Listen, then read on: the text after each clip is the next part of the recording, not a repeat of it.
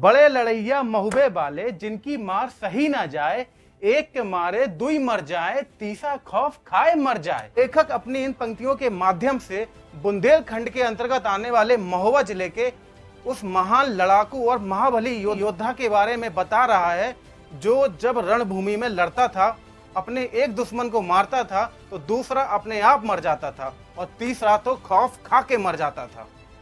बुंदेलखंड की धरती पर जन्मे उन दो महान योद्धाओं का नाम था आला और उदल, जिनके बारे में कहा जाता है कि उन्होंने अपने जीवन में 52 लड़ाइयां लड़ी और सारी की सारी जीती हैं। इसी दौरान उनकी कई लड़ाइयां पृथ्वीराज चौहान साम्राज्य से भी हुई हैं, जिसमें कई बार उन्होंने पृथ्वीराज चौहान को हराया है। इसमें कोई संदेह नहीं है कि पृथ्वीराज चौहान अपने आप में बहुत बड़े योद्धा थे, बहुत महान योद्धा थे।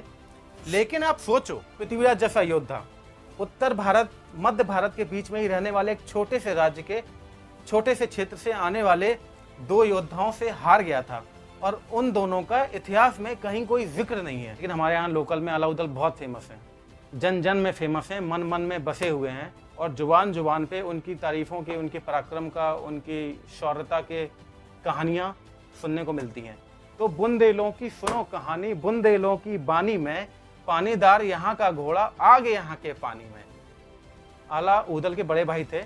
तो जब आला पैदा हुए तो आला के बारे में आला खंड में लिखा हुआ है, जा जन्म लियो आला ने, धरती दसी अड़ाई हाथ। और जब उदल का जन्म हुआ तो उदल के बारे में लिखा है, जिस दिन जन्म भयो उदल को, धरती मांगे धन और द्वार।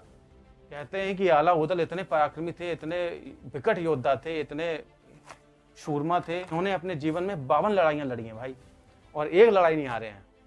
आला उदल बड़े लड़ैया जिनके बल को नहीं शुमार।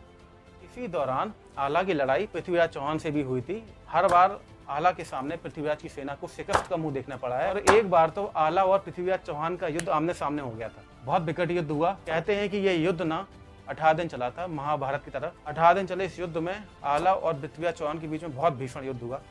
अंततः फाइनली आखिरी में पृथ्वीराज चौहान पूरी तरह घायल हो गए और आला के सामने उन्हें हथियार रखने पड़े, घुटने टेकने पड़े।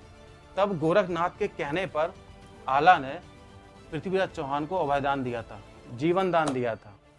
समझ रहे हो आप, इतने बड़े योद्धा थे। बताते हैं कि वो लड़ाई आला के जीवन की आखिरी लड़ाई थी। उसके बाद उन्होंने संन्यास ले लिया और नाथ संप्रदाय स्वीकार कर लिया था, और उसके बाद आला हमेशा हमेशा के लिए अमर हो गए। आला उदल माँ शारदा के बहुत बड़े भक्त थे, इतने बड़े भक्त थे कि हमारे यहाँ 2 मंदिर हैं, एक मैहर देवी का मंदिर है और एक बैरागढ़ देवी का मंदिर है। तो कहानियाँ मैंने सुनी है कि बैरागढ़ के मंदिर में जो एक छड़ गड़ी हुई है मंदिर के बीच में से, देखी है मैंने। बैरागढ़ तो मैं गया हुआ हूँ, लेकिन मैहर देवी नहीं गया हूँ, अभी जाऊँगा मौका मिलेगा तो बैरागढ़ में एक सांग गड़ी हुई है जो 30 फुट ऊंची है, और कहते हैं कि ये सांग 30 फुट नीचे भी है।